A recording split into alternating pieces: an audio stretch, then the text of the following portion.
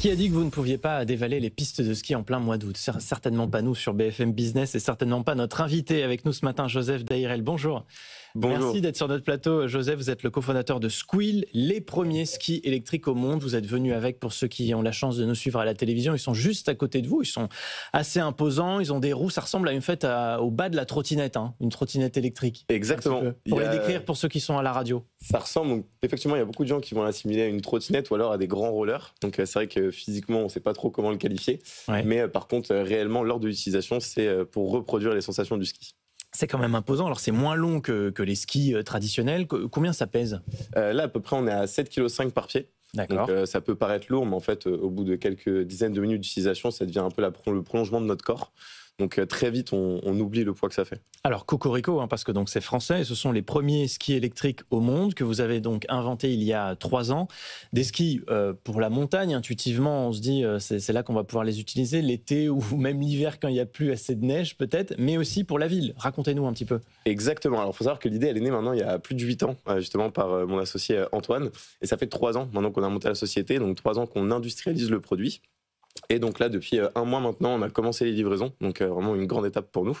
Et donc c'est vrai qu'initialement, le projet, on l'avait monté parce qu'il y avait cette ambition de proposer aux stations, donc majoritairement de moyenne et basse altitude, un produit qui allait leur permettre de continuer à skier toute l'année. Ouais. Justement face à la diminution de l'enneigement qu'on voit de plus en plus. Mais donc ça s'adresse aux skieurs ou aussi aux non-initiés? Alors effectivement, aujourd'hui, le produit, on l'a fait essayer à plus de 2500 personnes et il peut s'utiliser en montagne, mais il peut aussi s'utiliser partout. Et donc on l'a fait essayer à des citadins qui ne savent pas du tout skier. Oui. On a fait essayer plus de 2500 personnes et sur les tests, en moyenne, pour quelqu'un qui n'a jamais skié, jamais fait de roller, on est à peu près à 20 minutes d'initiation. Et alors combien ça coûte? Actuellement, en précommande, on est à 2490 € et donc à partir de mi-août, on sera au vrai prix, donc 2990. Et là, vous avez déjà des commandes? Effectivement, on a déjà livré un petit peu partout dans la France. On a du coup aussi lancé 2 partenariats dont on va pouvoir parler. Un à Chamonix avec Evolution 2 et un autre à Lastas. Lastas qui est un peu un exemple super concret de ce qu'on voulait faire. C'était une station qui était restée fermée pendant 5 ans dû justement au manque de neige et aujourd'hui a pu réouvrir avec l'ambition de créer une base de loisirs 4 saisons. Donc si je comprends bien, vous vous adressez plutôt du B2B2C que du directement du consommateur, non? Ça va être les stations de ski, ça va être les centres peut-être de loisirs à terme? Alors effectivement, il y a une vraie partie B2B avec les stations de ski, les bases de loisirs, toutes ces choses-là, mais on a aussi une grosse communauté d'avant-gardistes de la micromobilité ou alors des passionnés de ski ou des technophiles qui ont déjà beaucoup passé commande. Donc comme quoi, c'est aussi un produit auquel on peut s'adresser à un vrai public assez large en France. Parce qu'on va aussi vite que sur des skis normaux, sur cet engin? Alors, on respecte la législation en France, donc bien sûr, bridé à 25 km/h. Après, il faut savoir que sur voie privée, bien sûr, on peut le débrider, il peut monter à des plus grosses vitesses. Nous, l'idée, c'était pas forcément d'aller rouler très vite, mais c'était d'avoir le couple nécessaire pour aller en tout terrain.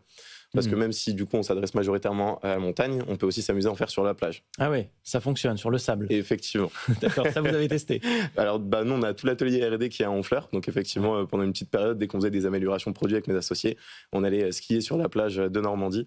Et ça, pour le coup, c'est vrai que c'est des très bonnes sensations aussi. Ouais, on voit les images, encore une fois, derrière vous, pour ceux qui nous suivent en télévision.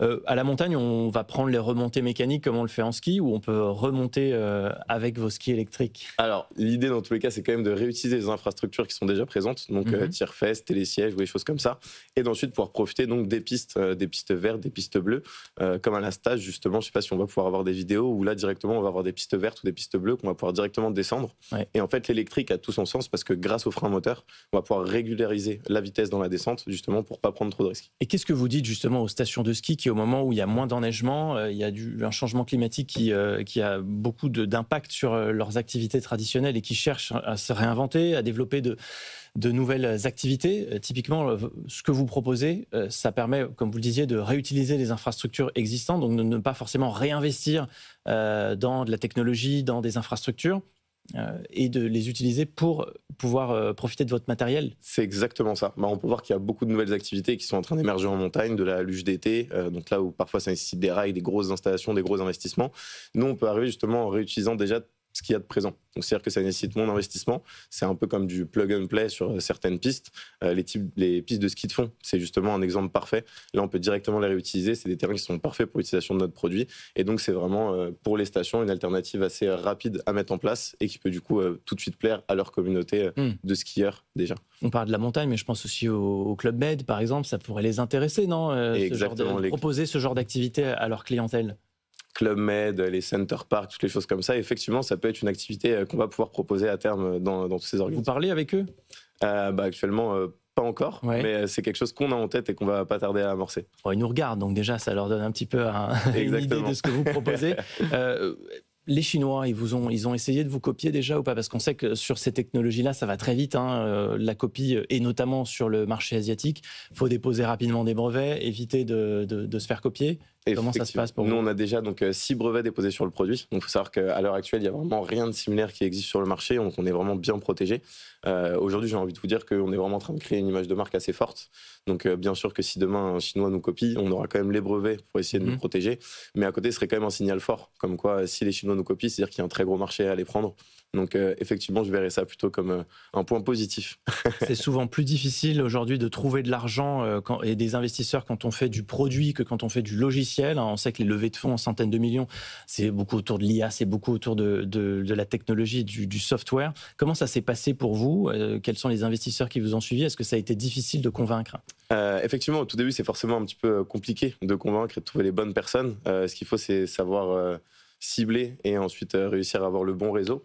Mais en fait, il faut surtout aller chercher des passionnés, des gens qui croient encore dans le hardware. C'est vrai qu'aujourd'hui, en France, c'est beaucoup plus difficile de lever quand on est sur du hardware, mais c'est encore possible. Il faut juste trouver les bonnes personnes qui y croient, qui voient le potentiel du produit.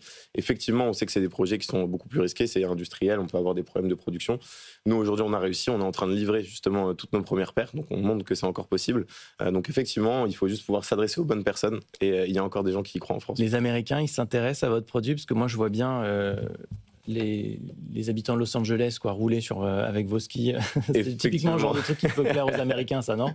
Effectivement, on avait fait le CES de Las Vegas en 2024, on y retourne là d'ailleurs en janvier 2026. C'est vrai que là-bas, ça cartonne. Nous, quand on y était allés, on n'était pas encore dans les phases de livraison, mais on avait déjà beaucoup de fonds qui nous avaient émis leur volonté de potentiellement investir. Donc là, on sait qu'on va y retourner en 2026. Effectivement, il y a des possibilités que certains fonds américains soient intéressés. Merci beaucoup d'être venu nous présenter ça, Innovation Française. Donc Joseph Dairel, cofondateur de Squill. Merci d'avoir été avec nous ce matin sur BFM Business.